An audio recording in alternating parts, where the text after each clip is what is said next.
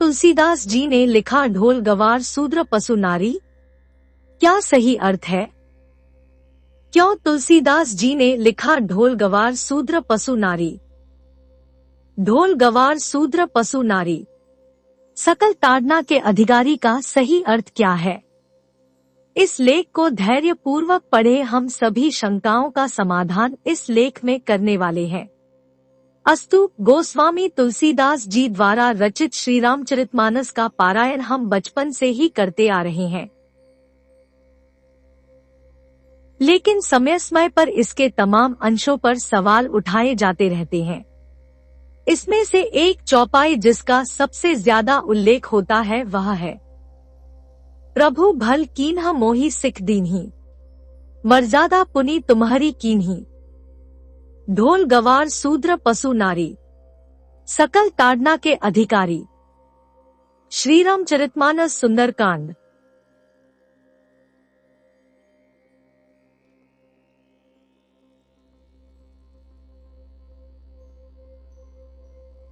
अक्सर इस चौपाई को लेकर दलित संगठन, महिला संगठन तथा कभी कभी मानवाधिकार संगठन भी अपना आक्रोश जताते हैं।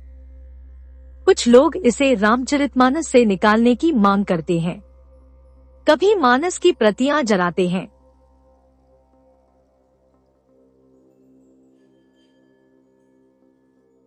तुलसीदास को प्रतिगामी दलित, महिला विरोधी बताते हैं।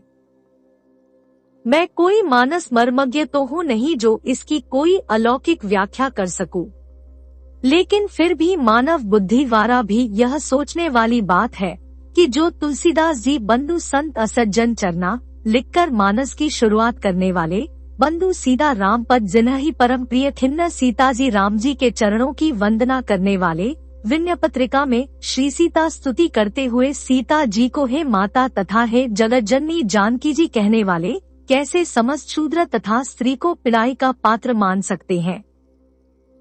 वैदिक वर्ण व्यवस्था में शूद्र समाज में सेवक है, अर्थात जो भी व्यक्ति किसी की सहायता करता हो किसी कार्य में, वो शूद्र के अंतर्गत आता है। जैसे आजकल लोग लेबर, नौकरी, वर्कर अर्थात जॉब करते हैं, वो सब शूद्र कहलाएंगे। अस्तु, जहाँ तक रही बात शूद्रों की, तो तुलसीदास जी शूद्रों के विषय में ऐसा कदापि लिख ही नहीं सकते। क्यों? इसलिए क्योंकि उनके परम प्रिय श्री राम द्वारा शबरी, विषाद, केवट आदि से मिलन के जो उदाहरण है, वो तो और कुछ ही दर्शाते हैं। यह ध्यान रहे कि राम क्षत्रिय होकर भी विषाद, केवट, शूद्र आदि सभी को गले लगाया है तथा शबरी, शूद्र के जूठे बेर तक खाए हैं।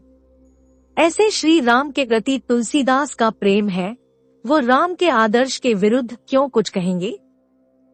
अतएव तुलसीदास जी के शब्द ताड़ना का अर्थ शूद्र तथा स्त्री को पीटना अथवा प्रताड़ित करना है। यह बात कुछ सही नहीं लगती। अस्तु, सबसे पहले यह जानना होगा कि यह बात कौन बोल रहा है और क्या बोले का कारण है। यह प्रसंग उस समय का है जब हनुमान जी सीता की खबर लेकर वापस लौट आए थे तथा राम सीता की मुक्ति हेतु लंका पर आक्रमण करने के लिए समुद्र से रास्ता देने की विनती कर रहे थे। 3 दिन बीत जाने पर समुद्र देव नहीं आए। तब श्री राम जी क्रोध सहित बोले, बिना भय के प्रीति नहीं होती, हे लक्ष्मण, धनुष बाण लाओ, मैं अग्निबाण से समुद्र को सोख डालूं। तब समुद्र देव सभय सिंधु गही पद प्रभु केरे, छमहो नाथ सब अवगुण मेरे। गगन समीर अनल जल धरनी, इन्ह कई नाथ सहज जड़ करनी एक। श्री रामचरितमानस सुंदरकांड। भावार्थ, समुद्र ने भयभीत होकर प्रभु के चरण पकड़कर कहा, है नाथ, मेरे सब अवगुण दोष क्षमा कीजिए। हे नाथ, आकाश, वायु, अग्नि, जल और पृथ्वी इन सब की करनी स्वभाव से ही जड़ है। तब प्रेरित माया उपजाए, सृष्टि हेतु सब ग्रंथनी गाए। प्रभु आयसु जेहि कहे जस अहई, सो तेहि भांति रहें सुख लहई दो। भावार्थ, आपकी प्रेरणा से माया ने इन्हें सृष्टि के लिए उत्पन्न किया है। सब ग्रंथों ने यही गाया है। जिसके लिए स्वामी की जैसी आज्ञा है वह उसी प्रकार से रहने में सुख पाता है। प्रभु भल कीन्ह मोहि सिख दीन्ही, मर्यादा पुनि तुम्हारी कीन्ही। ढोल गवार शूद्र पशु नारी, सकल ताड़ना के अधिकारी तीन। भावार्थ, प्रभु ने अच्छा किया जो मुझे शिक्षा दी, किंतु मर्यादा जीवों का स्वभाव भी आपकी ही बनाई हुई है। ढोल, गवार, शूद्र, पशु और स्त्री ये सब दंड के अधिकारी है।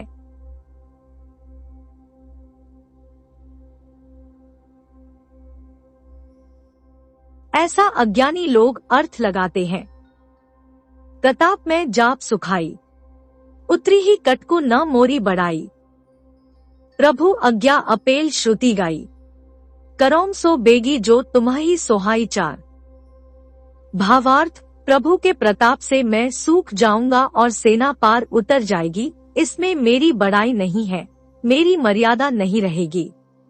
तथापि प्रभु की आज्ञा अपेल है, अर्थात आपकी आज्ञा का उल्लंघन नहीं हो सकता, ऐसा वेद गाते हैं।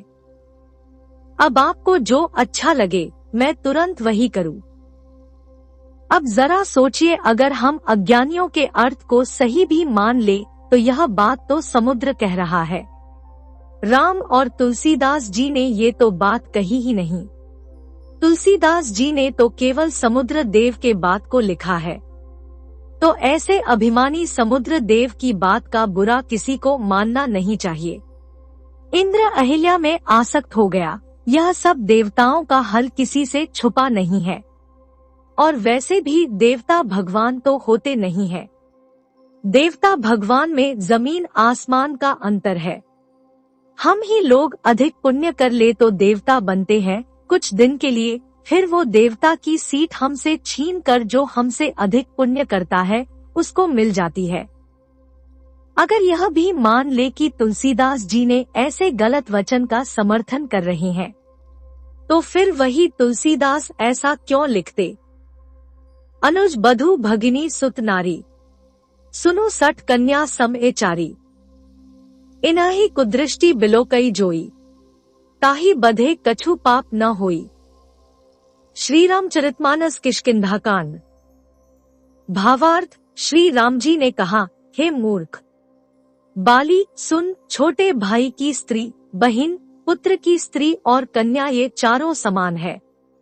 इनको जो कोई बुरी दृष्टि से देखता है उसे मारने में कुछ भी पाप नहीं होता। राम ने यह बात क्रोध में आके कहा है, अतएव आप लोग किसी को मारने मत लगिएगा। भरत कौशल्या संवाद में भरत जी कहते हैं, जे अघ मातु पिता सुत मारे, गाय गोठ महिसुर पुर जारे। जे अगत्य बालक बध कीन्हे, मीत महीपति माहुर दीन्हे। जे पातक उपपातक अहि, करम बचन मन भव कभी कही। ते पातक मोही होहु विधाता, जौ यहु होई मोर मत माता। श्री रामचरितमानस अयोध्या कांड। भावार्थ, भरत जी बोल रहे हैं, जो पाप माता पिता और पुत्र के मारने से होते हैं, और जो गौशाला और ब्राह्मणों के नगर जलाने से होते हैं, जो पाप स्त्री और बालक की हत्या करने से होते हैं, और जो मित्र और राजा को जहर देने से होते हैं। कर्म, वचन और मन से होने वाले जितने पातक एवं उपपातक बड़े छोटे पाप हैं, जिनको कवि लोग कहते हैं, हे विधाता, यदि इस काम में मेरा मत हो तो हे माता, वे सब पाप मुझे लगे। यहाँ भरत जी बोल रहे हैं कि जो पाप स्त्री और बालक की हत्या करने से होते हैं, वो पाप उन्हें लग जाए अगर उन्होंने राम को हटाकर स्वयं राजा बनने की इच्छा की हो तो। तुम्हारी छाड़ी गति दूसरी नाही, राम बसहु तिन्ह के मन माही। जन्नी सम जाने पर नारी, धनु पराव बिष ते बिष भारी। श्री रामचरितमानस अयोध्या कांड। भावार्थ, वाल्मीकि जी बोल रहे हैं, आपको छोड़कर जिनके दूसरे कोई गति आश्रय नहीं है, हे राम जी। आप उनके मन में बसिए। जो पराई स्त्री को जन्म देने वाली माता के समान जानते हैं और पराया धन जिन्हें विष से भी भारी विष है। पराई स्त्री को माता मानने वाले के मन में राम बसे, ऐसा कहकर स्त्री का सम्मान ही तो किया जा रहा है। यह सब श्री रामचरितमानस में मिलता है। अतएव तुलसीदास स्त्री विरोधी नहीं थे। इतिहास में मुगलों तथा अंग्रेजों ने शासन किया था, उन्होंने कई उल्टी सीधी बातें धर्म ग्रंथों में लिखी है। इसलिए जो तुलसीदास सती तथा सीता को मां मानते हो, उनकी ऐसी सोच हो ही नहीं सकती। अस्तु, अगर अब तक के सभी प्रमाण तथा तर्क को गलत भी मान ले तो भी एक उदाहरण लाकर बना दीजिए जिसमें किसी भी सुख दुख के अवसर पर राम सीता को मार रहे हो। ऐसा एक भी उदाहरण आपको न तो रामायण तथा न रामचरितमानस में मिलेगी, बल्कि इसके विपरीत राम सीता की बात मानकर हिरण के पीछे जाते हैं। जरा सोचिए, तुलसीदास श्री राम के भक्त है तो राम के आदर्श को भी मानते हैं, तो फिर उनके आदर्श के विपरीत जाकर स्त्री को मारने की बात का समर्थन क्यों करेंगे? तो अब सही अर्थ क्या है? तुलसीदास जी ने श्री रामचरितमानस को अवधि में लिखा है, अतएव शब्दों का अर्थ तथा भावार्थ भी अलग होगा। इसका अर्थ गीता प्रेस तथा अन्य लोगों ने इस प्रकार किया है। प्रभु भल कीन्ह मोहि सिख दीन्ही, मर्यादा पुनि तुम्हारी कीन्ही, ढोल गवार शूद्र पशु नारी, सकल ताड़ना के अधिकारी। श्री रामचरितमानस सुंदरकांड। भावार्थ, समुद्र देव राम से कह रहे हैं, प्रभु ने अच्छा किया जो मुझे शिक्षा दी, किंतु मर्यादा, जीवों का स्वभाव भी आपकी ही बनाई हुई है। ढोल, गवार, शूद्र, पशु और स्त्री ये सब शिक्षा के अधिकारी है।